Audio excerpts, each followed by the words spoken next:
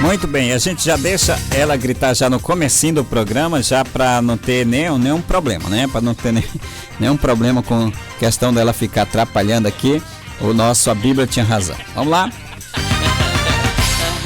Uau! Não é que a Bíblia tinha razão! No A Bíblia Tinha Razão de hoje nós estamos recebendo a pergunta do meu amigo Edson Magalhães. Ele está escrevendo de Palmas, no Tocantins. E a pergunta do Edson é o seguinte, ele diz assim: boa tarde, pastor, a paz do Senhor, Edson. Ele diz: pastor, me conta aqui uma história. Essa história de Jó é mito ou realmente aconteceu? O quê? Não acredito. O Edson quer saber se a história do Jó é mito, né? Ou se realmente aconteceu, uma historinha pra boi dormir, aquela coisa toda. O Jó perdeu 10 filhos só de uma lapada, né? 10 filhos, meu pai do céu. A casa caiu em cima dos meninos tudinho. Matou logo, foi tudo. Esses meninos estavam aprontando. Será que não foi eles que derrubaram as vigas da casa? Será que não foi esses meninos que derrubaram as vigas da casa? Matou logo tudo, né?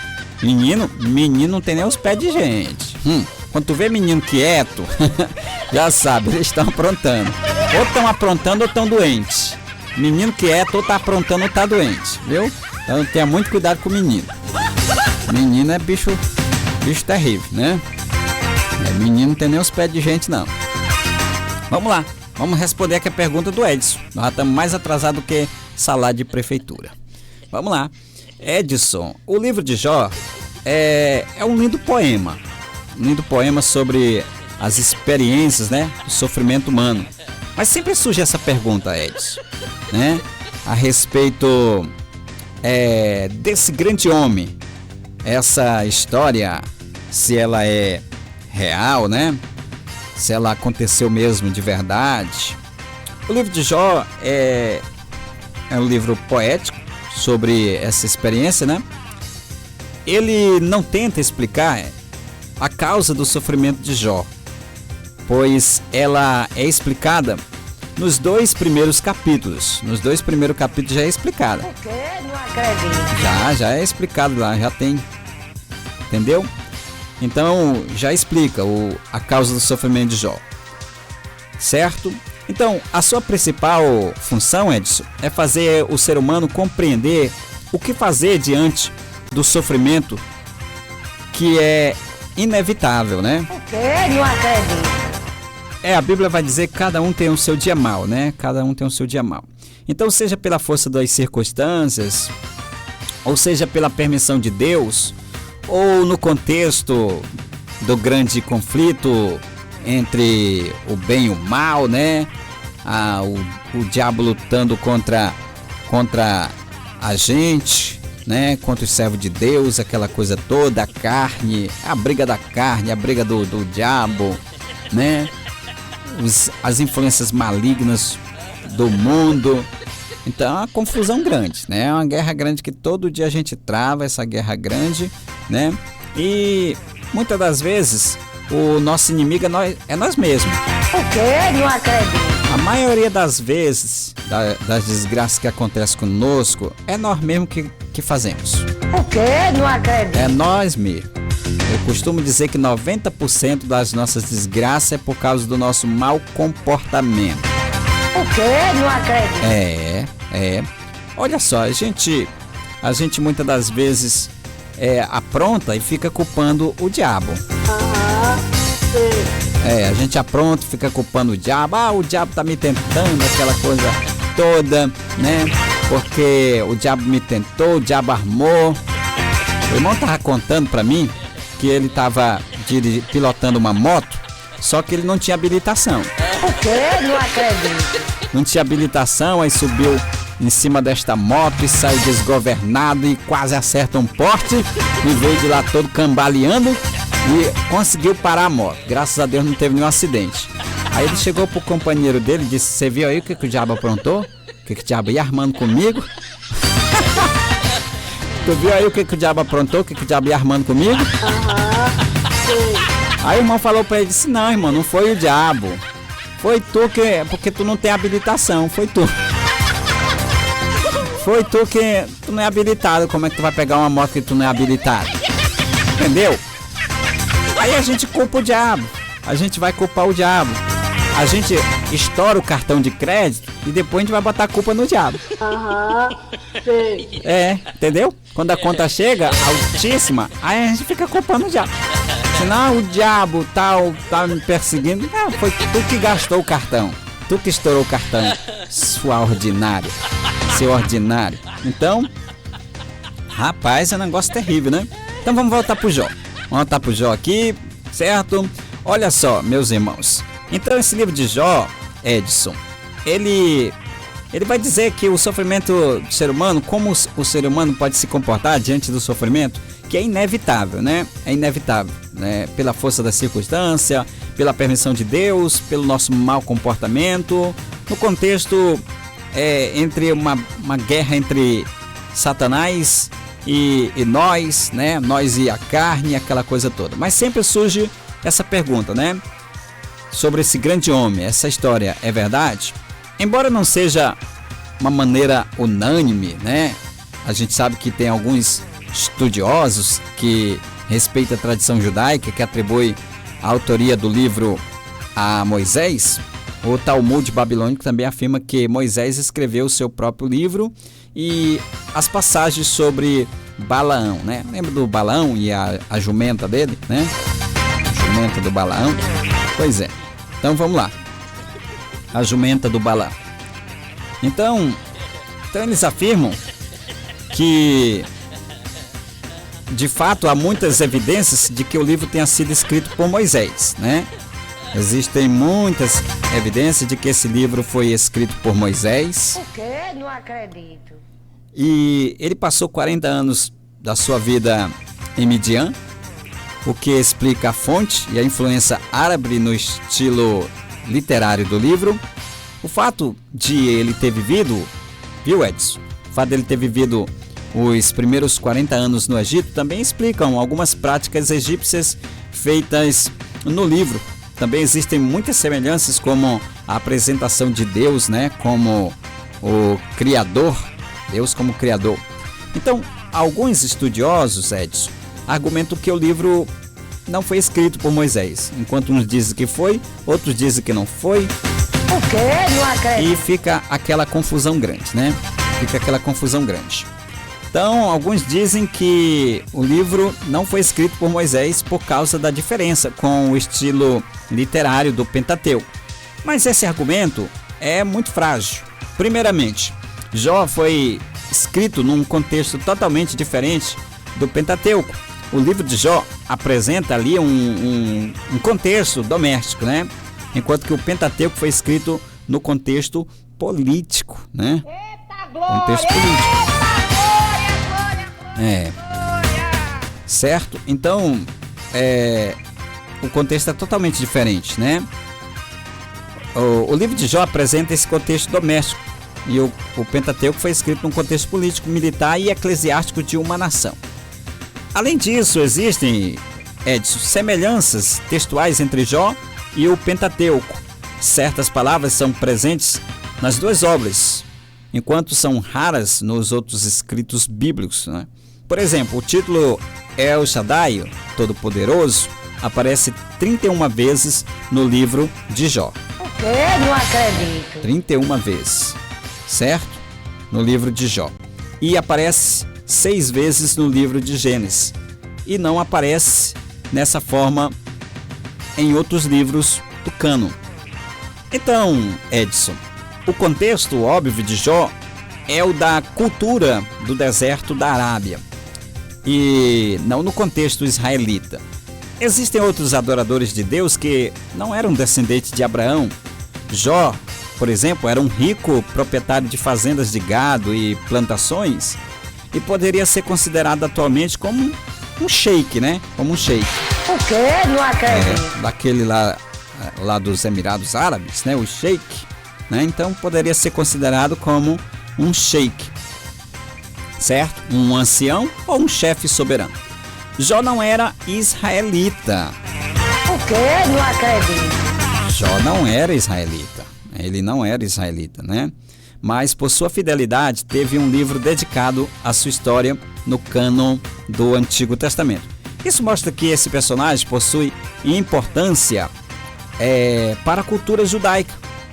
Mesmo não sendo parte do seu povo, alguns comentaristas, Edson, alegam que Jó era contemporâneo de Jetro, sogro de Moisés, durante o período em que o patriarca peregrinou no deserto de Midian. Outros sugerem que Jó viveu antes, mas a sua famosa história era lembrada pelos anciãos e sacerdotes de Deus na região da Península Arábica. O fato é que é impossível saber exatamente quando Jó viveu, né? Quando Jó viveu.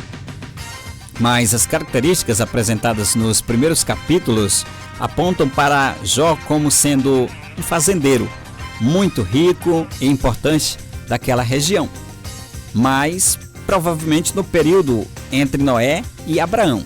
Isso porque era comum o patriarca, que também era sacerdote da família, apresentar sacrifícios familiares a Deus, né? Sacrifícios familiares a Deus. E a gente vê isso lá em Jó capítulo 1, em Jó capítulo 1, versículo 5. Então, essa também é uma evidência para que se concorde que o livro de Jó tenha sido o primeiro livro escrito do cânon bíblico. O quê? Não acredito. Foi o primeiro livro escrito do cânon bíblico, foi o livro de Jó, né? Certo? Antes mesmo do Pentateuco. Certo? O quê? Não acredito. Havia um homem na terra de Uz, cujo nome era Jó, né? Diz assim. Não se sabe exatamente a localização dessa cidade. Viu, Edson? Em Lamentações capítulo 4, versículo 21, Jeremias relacionou Uz com um reino de Edom, ou que tenha sido conquistada pelos edomitas, né? Então, outras versões traduz Uz como Auzites, que se diz ser uma área da região norte do deserto da Arábia e que está ali entre a Palestina e o rio Eufrates, próximo à Caldeia, de onde saíram os bandos, né, de saqueadores que levaram os camelos de Jó. Está lá em Jó capítulo 1, versículo 17. O Crescente Fértil é uma faixa de terra cultivável desde o delta do Nilo, passando pela Palestina e se estendendo até pelos rios Tigre e Eufrates até o Golfo Pérsico, contornando ali o norte da Península Arábica, né? Está lá em Jó 1,14. Então, os bois lavravam, as jumentas eram apacentadas junto a eles. Embora seja impossível dar a localização aproximada, é provável que a fazenda de Jó, Edson, ficasse ali nos limites do Crescente Fértil com o deserto da Arábia, né? Então ficava ali entre os limites do Crescente Fértil com o deserto da Arábia. Por quê? Porque lá em Jó capítulo 1, versículo 19, o autor relata que um evento veio, aliás, ele relata esse evento que aconteceu, de repente veio um vendaval, né, do deserto e derrubou a casa com todos os filhos de Jó. Derrubou. O quê? Não acredito. E matou o menino tudinho. Matou o menino tudinho, certo? Então, a veracidade dessa história precisa ser aceita pela fé, né? Mas não devemos ter nela uma fé cega. Mas, se cremos que na Bíblia e no fato de que grande parte dela apresenta evidências arqueológicas que apontam a sua história serem de fato verdadeiras, então podemos também aceitar que a história de Jó como verdade, né? Embora não existam evidências históricas extra-bíblicas que aponte para isso, a tradição cristã judaica pregam que Jó realmente existiu. O principal argumento a favor da historicidade de Jó é o simples fato de a sua história ser mencionada por outros autores da Bíblia, né? O quê? Não Por outros acredito. autores da Bíblia, certo? Por exemplo, Ezequiel cita 2 homens justos da antiguidade, Noé e Jó, ao lado de Daniel, seu contemporâneo, né? Está lá em Ezequiel 14:14. Eles eram homens justos diante de um povo que estava afastado dos caminhos de Deus. Então seria lógico comparar Daniel a um personagem real, vivo daquela época, seria lógico, seria na verdade até ilógico, né? Comparar Daniel seria ilógico, não é lógico, seria ilógico comparar Daniel a um personagem real, vivo naquela época, né? E não a um mito, sobretudo como um exemplo de justiça a ser seguido pelo povo de Deus. Tiago, irmão de Jesus, cita Jó em seu livro, dizendo que ele é tido como exemplo de paciência e perseverança em meio à tribulação. Está lá em Tiago 5:11. Então ele cita fatos concretos como resultado de sua firmeza e em confiar nas misericórdias de Deus, né? Então ele...